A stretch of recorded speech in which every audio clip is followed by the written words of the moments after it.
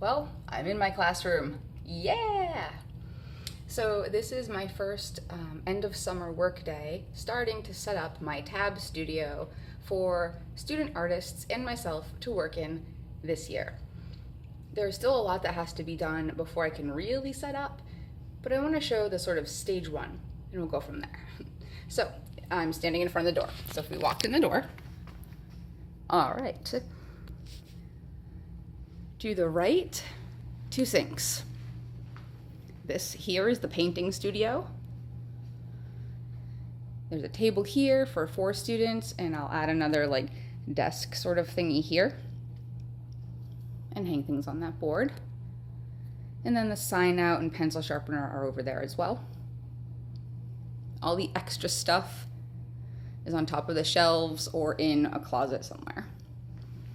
Drying racks and garbage here, but not quite like that.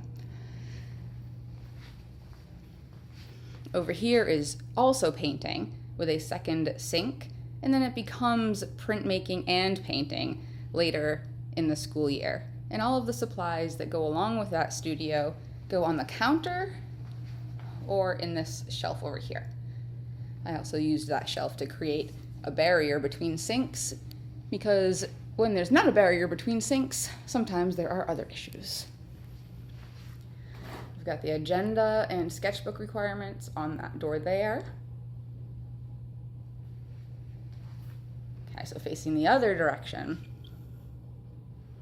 Over here is my desk, and also this is where drawing supplies will go on that cart on the left, because having them near my desk, even if I don't sit there very often, having supplies there gives them a sort of importance to not be lost. Here in the center, the biggest studio because it's drawing, it's overflow, it's pop-ups, and it's where I sit.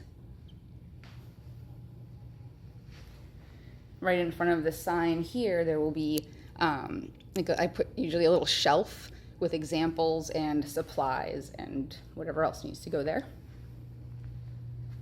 Okay, so in this far corner, there's supplies for fiber arts will be on the left. Supplies for collage and paper arts will be on the right. I'm working on the sign for that. Usually it goes up here. All that will be organized, obviously.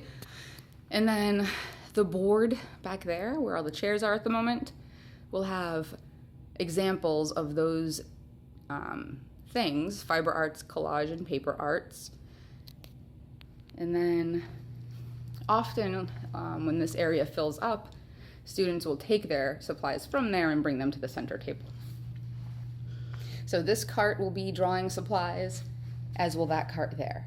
So people who are drawing will come and get their things from here or there, and then go to the center table.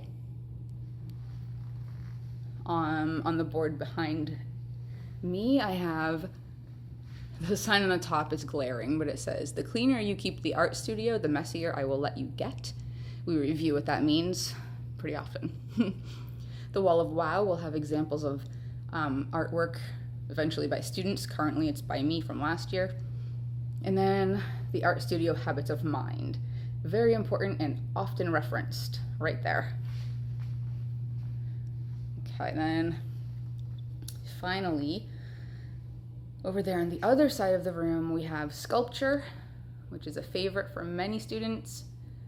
And then the invention and innovation station, also a favorite and part of sculpture.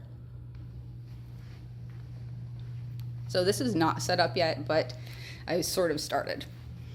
So here I have my name, the studio, and then the cardboard attachments, which is a pretty great separate video if interested.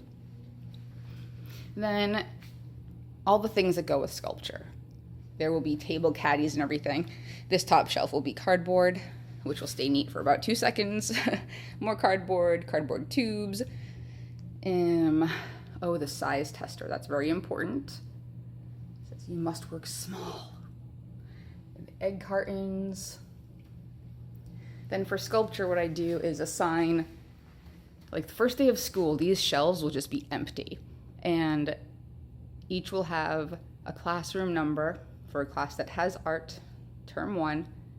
And as they start working with sculpture, and if they're not finished and they need it to stay, they keep it on their sculpture shelf. And then over here, this is a cookie tray rack. It had a broken wheel, so the cafeteria was getting rid of it. But, you know, in the name of art, I fixed the wheel. And it doesn't need to move around in here, it doesn't need to roll. So it's okay to have a stationary wheel. But this is where all of the 2D art goes. Each of these trays gets a classroom number on it. And then it just provides like a nice, big, sturdy spot for student work. Then at the beginning of each class, I will pull out the one for that class, and I'll just put it on a table, like maybe this one right here. And kids, sketchbook passers will pass out sketchbooks, and it stays there until students get their things from it.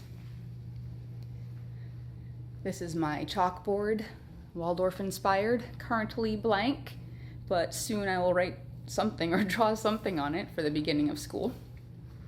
This area is for 4 students to sit and use hot glue. Eventually, in the beginning it's just for whatever we've opened, but eventually it does become for hot glue.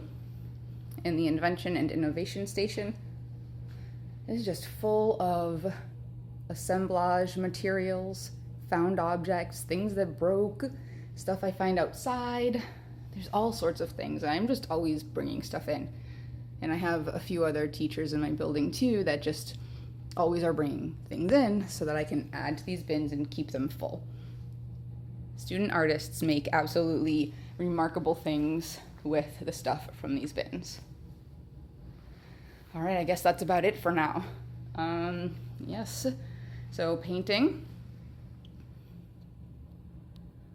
Also painting and eventually printmaking. My spot. The center table for drawing studio, etc. Fiber arts and collage supplies. And a small work area. A color wheel I painted a few years ago. Sculpture. More sculpture. That's it for now. Hopefully in a week or 2 I'll be back and I will finish off the room and be totally ready for the start of school.